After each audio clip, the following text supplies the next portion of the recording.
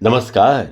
मैं लक्ष्मण दास अग्रवाल अपने संध्या काल को स्वर्णिम काल बनाए पुस्तक का लेखक आप सभी का आभार व्यक्त करता हूं। लीजिए प्रस्तुत है अब इस डिजिटल प्रसारण की 19वीं कड़ी कैलविनेटर का आगमन। ये हमारे व्यापार में एक बहुत बड़ा परिवर्तन था। कैसे, क्यों और किस तरह से ये आया, बस इसी पर इस कड़ी में। गुलमर्ग रेफ्रिजरेटर की एक वर्ष की बिक्री 150 पर पहुंचना बहुत बड़ी बात थी। यूपी भर में किसी भी शहर में गुलमर्ग रेफ्रिजरेटर की इतनी बिक्री नहीं हुई जितनी हमने की, और इस कारण कंपनी में भारत व्यवसाय की बहुत प्रशंसा की गई।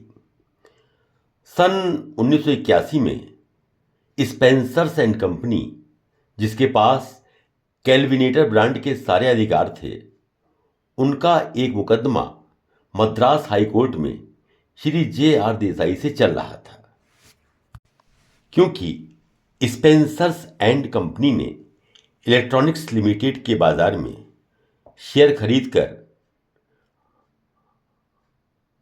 अपना आधिपत्य जमा लिया, जो कि श्री जे.आर. देसाई की कंपनी थी। इसी वजह से सन 1981 में electronics limited, Spencer's and company उनके कब्जे में आ गई।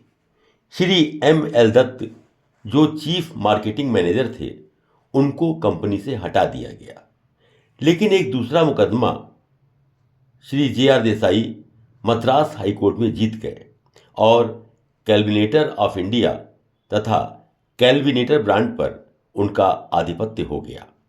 इलेक्ट्रॉनिक्स लिमिटेड का नई दिल्ली जोनल ऑफिस का सारा स्टाफ कैलविनेटर इंडिया लिमिटेड की एक subsidiary company expo machinery limited के पास चला गया। श्री M.L. दत्त से मिलने मैं नई दिल्ली गया और उनसे आगे किस प्रकार रेफ्रिजरेटर का व्यापार चलेगा, इस पर बातचीत की। कैलविनेटर रेफ्रिजरेटर, इसकी मार्केटिंग अब उनके हाथों में थी, लेकिन वे कैलविनेटर रेफ्रिजरेटर का काम मुझे देने को राजी नहीं थे, क्योंकि पूरे देश में कैलविनेटर ने एक शहर में एक ही डीलर नियुक्त कर रखा था। आगरा में मैसर्स गोकुल ट्रेडर्स 20 वर्ष से ज़्यादा समय से कैलविनेटर रेफ्रिजरेटर बेच रहे थे। मेरा परिचय सारे स्टाफ से था, जिनमें श्री C.D.A. धरनन, जो श्री M.L. दत्त के साथ काम करते थे, और मिस्टर अशोक दत्त, B.L. बजाज उनके स्टाफ में थे। वे सभी मेरी लगन और मेहनत और बिक्री से बहुत प्रभावित थे। उन सब ने मिलकर M.L. दत्त साहब से अनुरोध किया और जोर डाला कि वे L.D. अग्रवाल को अपवाद स्वरूप कैलविनेटर का आगरा में दूसरा डीलर बना दें। श्री M.L. दत्त भी मुझसे प्रभावित थे, इसलिए अपने स्टाफ की राय पर उन्होंने मुझे आगरा में दूसरा डीलर बनाने का निर्णय लिया और कंपनी के साथ मेरा डीलरशिप एग्रीमेंट संपन्न हुआ। ये सफलता मेरे लिए अभूतपूर्व थी।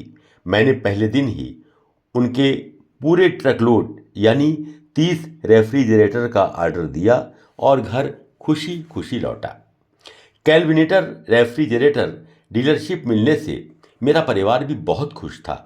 मुझे अब कंपनी के विश्वास को अपने कार्य रूप में बदलना था। ये बहुत बड़ी जिम्मेदारी थी। मैसर्स गोकुल ट्रेडर्स, जो 20 वर्ष पुराने डीलर थे, उन्होंने कहा कि वे 6 महीने में L.D. अग्रवाल साहब को अपने कंपटीशन से उनकी छुट्टी करा देंगे।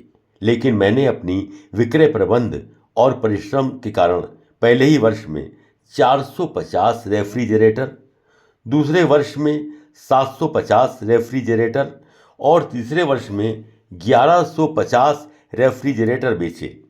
इसके मुकाबले पुराने डीलर की बिक्री काफ़ी कम रही। इसके साथ ही मैं आय बढ़ाने में नए स्रोतों के बारे में विचार करता रहता था। सन 1962 में मैं जब कानपुर जाकर गिल्डलेज बैंक से ITC के एप्लीकेशन के फॉर्म लाया था और अन्य भाइयों के अलावा मुझे भी 200 शेयर मिले थे, उस समय विदेशी कंपनी को फेरा में विदेशी हिस्सेदारी घटानी पड़ी थी।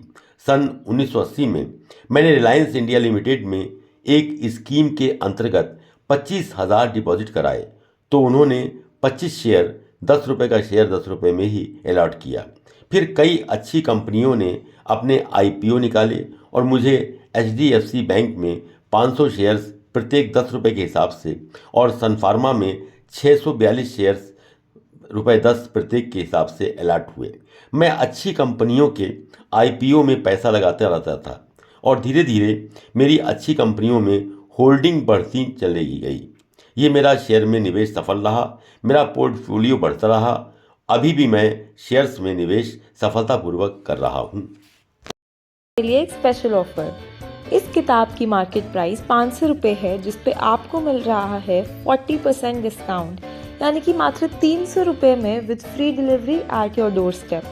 बुक लेने के लिए इस QR कोड पर या स्क्रीन पे दिखाई गई UPI ID पर 300 रुपये का पेमेंट करें और उसका स्क्रीनशॉट अपने एड्रेस के साथ हमें WhatsApp नंबर पर भेज दें and you will receive your book with in 4 to 5 working days. Thank you for your support. Please like, share and subscribe this channel.